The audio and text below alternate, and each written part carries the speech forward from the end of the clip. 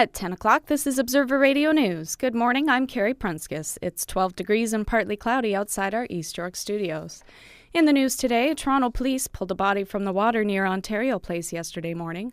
Police believe the man is in his early 60s. He's described as white, between 5'6" and 5'8". He's about 200 pounds, has gray hair and blue eyes. At this point, police don't believe foul play was involved.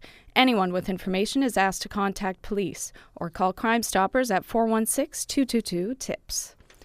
Community leader Florence Hondrick died yesterday at age 91. Hondrick had an early hand in the environmental movement. She was also an early supporter of a college in Victoria, BC that promoted global peace.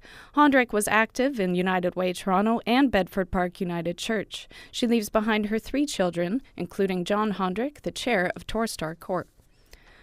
Thousands of vibrantly dressed Sikhs marched through the streets yesterday to celebrate their new year.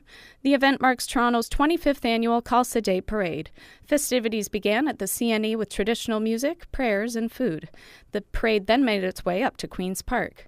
Since its first year in 1986, the event has grown from just 2,000 people to tens of thousands. It's become Toronto's third largest parade. Speaking of parades, a quick glance at the clock beside the bar will tell you, to the second, how long until the next St. Patrick's Day. Scarborough's Terra Inn waits all year for St. Patrick's Day, which is their busiest day of the year. Despite St. Paddy's falling on a Wednesday, the Irish pub was at capacity by 6 p.m. with lineups winding down the Strip Plaza. But you won't find any green beer at the bar. Instead, the pub celebrated their culture through music and dance. A band called the Seasick Sailors provided Irish music. Member Mike Cassetto was impressed by the large turnout.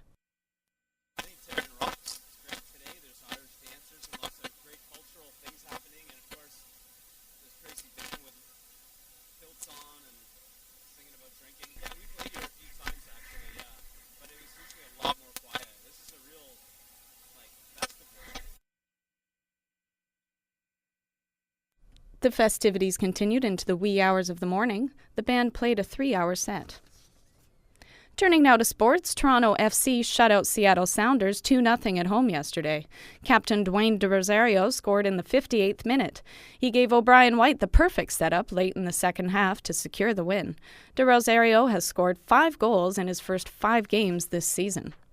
On the losing end of a shutout, the Blue Jays lost to the Tampa Bay Rays 6-0 in Florida yesterday. Blue Jays catcher Jose Molina set a new team record. He threw out 4 runners who tried to steal bases. The Jays play at home tonight against Boston. In NHL playoffs, the Phoenix Coyotes forced a Game 7 yesterday. They beat the Detroit Red Wings 5-2. Washington Capitals play Game 6 tonight in Montreal against the Canadiens. And in entertainment, Rock of Love star Bret Michaels remains in critical condition after suffering a brain hemorrhage. The former frontman of Poison had a severe headache late Thursday when he went into intensive care.